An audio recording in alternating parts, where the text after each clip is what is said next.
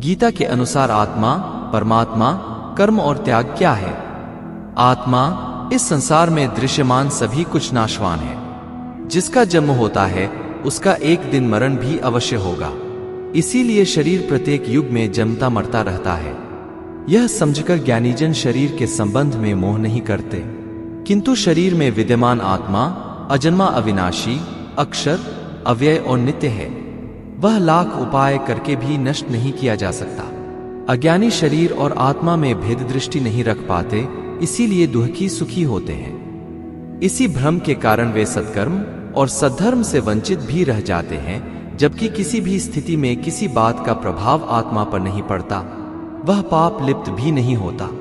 वह अचल सनातन नित्य एक रूप ही रहता है। इस तथ्य को जानने वाला आत्मस्थ पुरुष मोह के कारण कर्तव्य मार्ग से विचलित नहीं होता। उसकी बुद्धि भी स्थिर और अडिग रहती है। निश्चल बुद्धि से किए गए अल्प साधन भी उत्तम फलदायी होते हैं।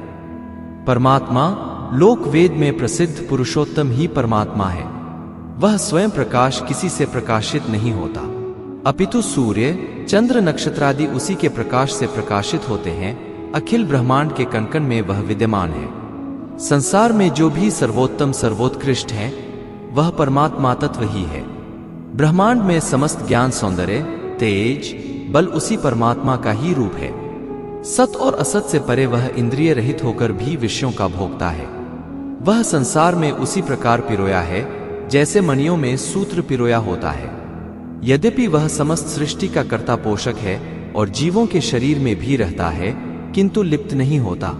वह अति सूक्ष्म होने के कारण अविज्ञेय तथा अति विराट होने के कारण अप्रमेय है। उसकी सत्ता अनंत एवं ज्ञान असीम है। वह अनंत ऐश्वर्य एवं विभूतियों का स्वामी है। कोई भी भगवतपरायण श्रद्धावान व्यक्ति जो उसे मन, बुद्धि, कर्म समर्पित कर अन्य भक्ति से भजता है वह उसे प्राप्त कर सकता है। उस परमात्मा की प्राप्ति में मन का अचल स्थापन, नित्य अभ्यास, वैराग्य, फल त्याग आदि सहायक सिद्ध होते हैं। मन इंद्रियों को वश में रखने वाला दृढ़ निश्चयी, हर्षामर्ष, उद्वेग रहित जो शीतुष्ण, मानापमान, सिद्धि असिद्धि को एक सदृश समझता है वह आत्मतुष्ट योगी भगवत प्राप्ति में सफल होता है। दैवी संपत्ति संपन्न व्यक्ति सहज ही परमात्म तत्व का अधिकारी बन जाता है। कर्म त्याग मात्र से कोई सन्यासी योगी नहीं हो जाता जब तक संकल्पों, कामनाओं का त्याग न हो।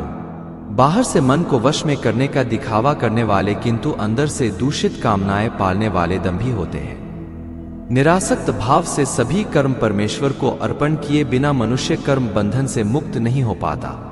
ज्ञानी एक क्षण में कर्मफलों को त्याग देते हैं। कर्म त्यागने से कर्म करना सदैव श्रेष्ठ है। संसार चक्र संचालन के लिए परमात्मा को भी कार्य करना पड़ता है। कर्म में फलासक्ति से काम, क्रोध, मोह, लोभ आदि विकार उपजते हैं। फलेच्छा का त्याग ही निष्काम कर्म है। जो अंतः प्रेरणा से अनासक्त भाव से दूसरों के हित के लिए करुणावान हो कर्म किए जाते हैं वे श्रेष्ठ कर्म हैं। जब चित्त वृत्तियों को एकाग्र कर द्वंद्व रहित हो एक ही भाव से परमात्मा में चित्त नियुक्त करते हैं तभी योग होता है। त्याग, सर्वभवोद्भव त्याग को त्याग कहा गया है। समस्त कामनाओं, संकल्पों, फलेच्छाओं को त्याग देने वाला सन्यासी होता है। कुछ निषिद्ध एवं कामे कर्मों के त्याग को भी त्याग कहते हैं, जबकि नियत कर्म, यज्ञ, दान, तप आदि सत्कार्य त्याज्य नहीं होते, अपितु इनके विधान में प्रमाद त्याज्य है। सामान्यतया आसक्ति, वासना, अहंभाव के त्याग को प्रमुख त्याग के रूप में स्वीकार किया गया है। सत्कर्म में गहरी रुचि, परम पुरुषार्थ में उत्साह, निःस्वार्थ पर सेवा आदि त्यागी व्यक्ति के जीवन में उत्साह, प्रेम, प्रसन्नता, शांति एवं आनंद भर देते हैं। ब्रह्मा विद्या से समुपबृंहित गीता कर्म योग का प्रतिपादक विश्व विश्रुत ग्रंथ रत्न है। यह ज्ञान क्षीराब्धि का नवनीत है। संपूर्ण वामय को यदि वासंतिक पराश्री कहें तो गीता निश्चय ही नवीन सहकार की दिव्य मंजरी है। परमानंद की अनुभूति के लिए गीता ज्ञान, कर्म और भक्ति की त्रिवेणी संगम का नवे प्रयाग है।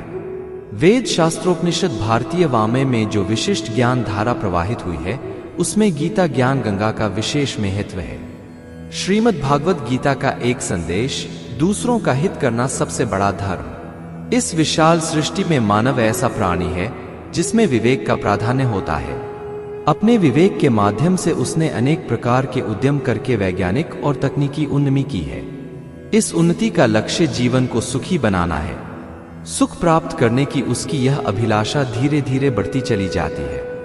जब सुख के साधन केवल भौतिक सुखों तक ही सीमित रह जाते हैं, तो धीरे धीरे स्वार्थ और सुख की भावना बढ़ने से मनुष्य दूसरों के हितहित की चिंता किए बिना अपने ही सुख साधनों को बढ़ाने में जुट जाता है। इससे समाज के साधनहीन वर्ग निरंतर शोषण की चक्की में पिसने लगते हैं। समाज में असंतुलन उत्पन्न होने और शोषण बढ़ने से असंतोष, अराजकता एवं अनैतिकता को बल मिलता है।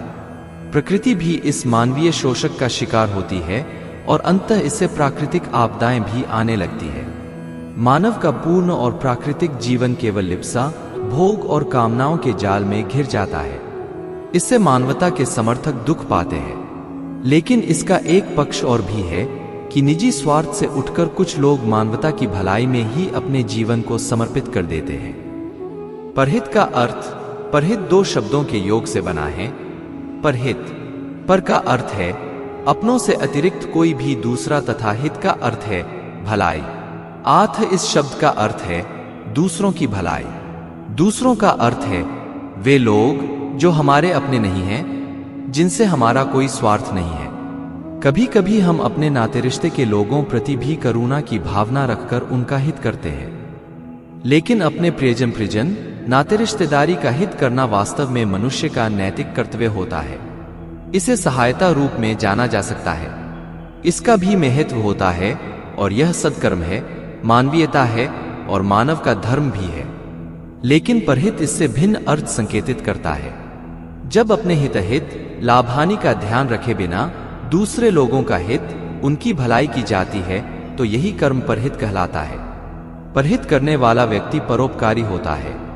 सभी प्रकार की कामना और इच्छाओं को त्याग कर ही वह दूसरों की सेवा करता है। भारतीय संस्कृति में पाप और पुण्य की चर्चा भी होती है। व्यवहार और चरित्र के धरातल पर ये दो मूल्य माने गए हैं। अपना हित सोचना मानव का कर्तव्य है और धर्म भी, लेकिन अपने हित के कार्यों को इस प्रकार करना कि दूसरों को किसी प्रकार की हानि न उठानी पड़े, यह उससे भी श्रेष्ठ कर्म है। इनके अतिरिक्त तीसरा पक्ष भी है। अपने हितहित की चिंता किए बिना जब कोई मानव दूसरों की सेवा या सहायता करता है, तो यह श्रेष्ठ कर्म परहित होता है। विश्व इतिहास और साहित्य में इस प्रकार के अनेक चरित्र हुए हैं, जिनमें ईसा मसीह, बुद्ध, गांधी, नानक, दयानंद सरस्वती, रामकृष्ण, भगत सिंह, चंद्रशेखर, सुभाषा आदि महान व्यक्तित्व हैं। इन महान चरित्रों में यही समानता देखी जाती है कि इनके कार्यों से लोगों को पीड़ा और दुख से मुक्ति मिली, तभी वे सुख और बढ़े हैं। युद्ध का जो संकट छाया हुआ है, उसके मूल में परहित की अपेक्षा स्वहित को ही कर्म माना गया है।